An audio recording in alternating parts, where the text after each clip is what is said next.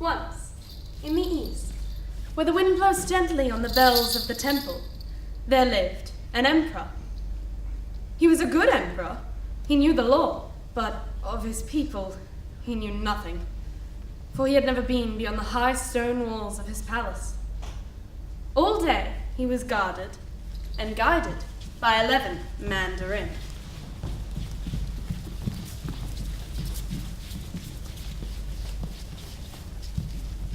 And his dragon. And his nightingale. Who lived all their lives within the palace walls. We are honourable men. We wear silken robes. We sip delicate tea. All day we guide the emperor.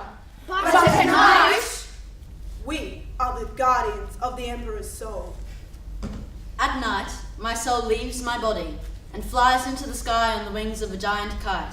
We take turns flying the Emperor's kite through the long and dark hours, keeping it high above the terrors of the night. When the sun quit that kingdom in the east, the giant kite rose like a serpent in the wind, flown by one of the 11 Mandarin. For uncounted years it has been so. There's a feast tonight. I hope I am not flying the kite. There's dancing tonight. I hope I'm not on duty. I do not care for these rich pleasures. I love only 3 things in all the world: the Emperor, the scrolls of wisdom, and the Emperor's giant kite. Everything in the scrolls is true, and what is not written is not true. When I fly the Emperor's kite, I make it dip and soar in the currents of the air, like a falcon trained to my hand. It's not my turn. Certainly it's not. I flew the kite last night, and I am still giddy from lack of sleep. Then it is he who cares to fly the kite, more than he loves books and the scrolls of law. It is the turn of the 11th Mandarin. Fly with care, my friend, for the wind is wild tonight. I am almost afraid to fly the kite tonight. The sky is black with clouds, and the kite is tearing in my hands. But the Emperor's kite must fly, or the Emperor's soul will be in danger. The kite began to rage and strain. It ripped and goaded until at last the giant kite string snapped. Before the 11th Mandarin's eyes, the giant kite flew up and over the high palace walls and out of sight. Come back, O magnificent wingbird! Come back with the Emperor's soul! He ran down the steps, past the mansions of the other Mandarins, past the rich houses of the merchants, to the ramshackle huts and hovels of the poor. And there, the children of the poor spoke to the 11th Mandarin. We are orphans, fated to be orphans. How bitter is this life. When my father and mother were alive, I used to ride in a carriage, but they both died. I dare not tell my parents how I suffer lice and vermin in my head and in my eyes. Our tears fall like rain.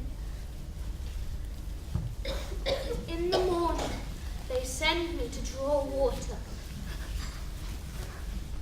I do not get back till nightfall. My hands are sore and I have no shoes. I walk the cold earth through thorns and brambles. Our tears fall and fall. In winter, I have no coat. There is no pleasure to be alive.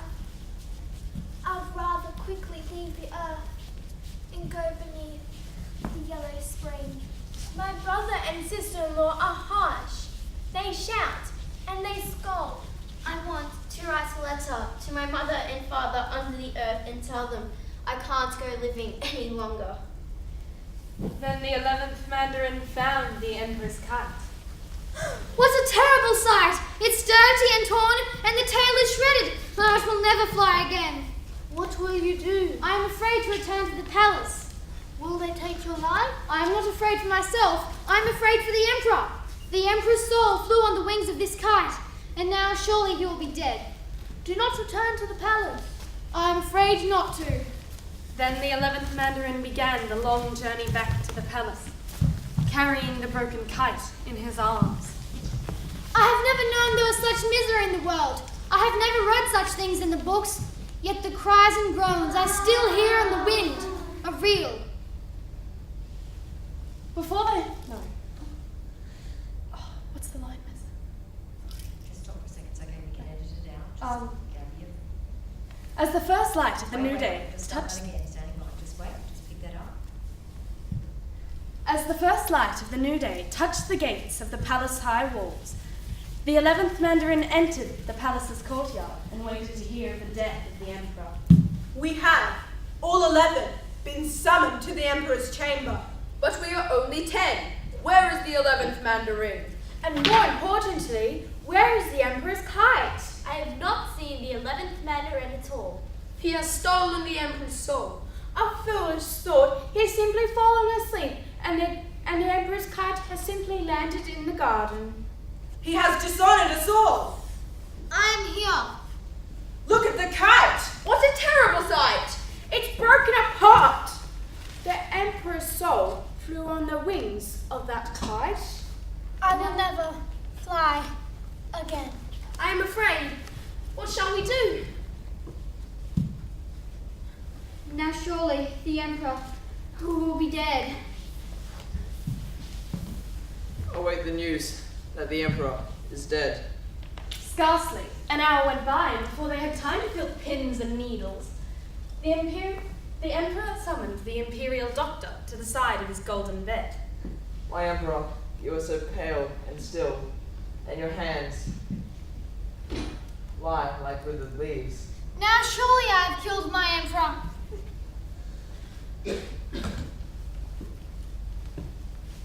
I dreamed a dream last night. I dreamed that in my kingdom there were ramshackle hovels and huts, teeming with lice and falling down. It is not so! For they had never been beyond the high palace walls and had never seen such things. Only the 11th Mandarin was silent.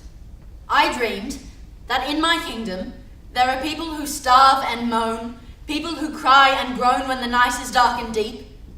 There are children who sleep among rats. It is not so. For they had never read of such things in the books and scrolls. Only the 11th Mandarin was silent. If it is not so, then how have I dreamed it? For is it not written that the dream is the eye of the soul? And if my soul was flying on the wings of my kite, and these things are not so, then how did my dream see all this? The 10th Mandarin was silent. But then the 11th Mandarin spoke. He was afraid, but he spoke. Oh, Emperor, I saw these same things last night, and I did not dream. The wind was a wild, mad beast. It ripped the kite from my hands, as it flew like an angel in the night, to these same huts and hovels of which you dreamed. For there are many who moan and sigh, who groan and cry beyond the high palace walls, although it is not written in any of the books and scrolls.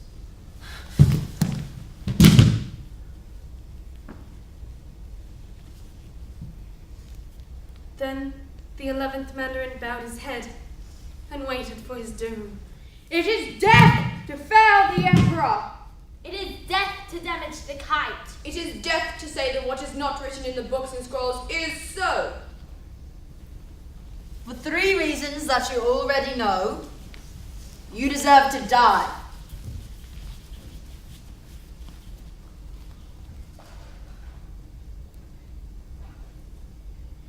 But, for discovering the truth and not fearing to reveal it, you deserve to live. 11th Mandarin, stand by my right hand.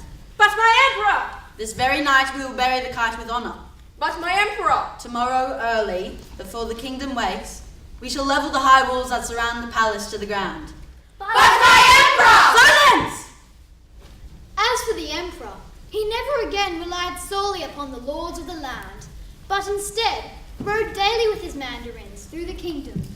He met with his people and heard their pleas. He looked and listened, as well as read.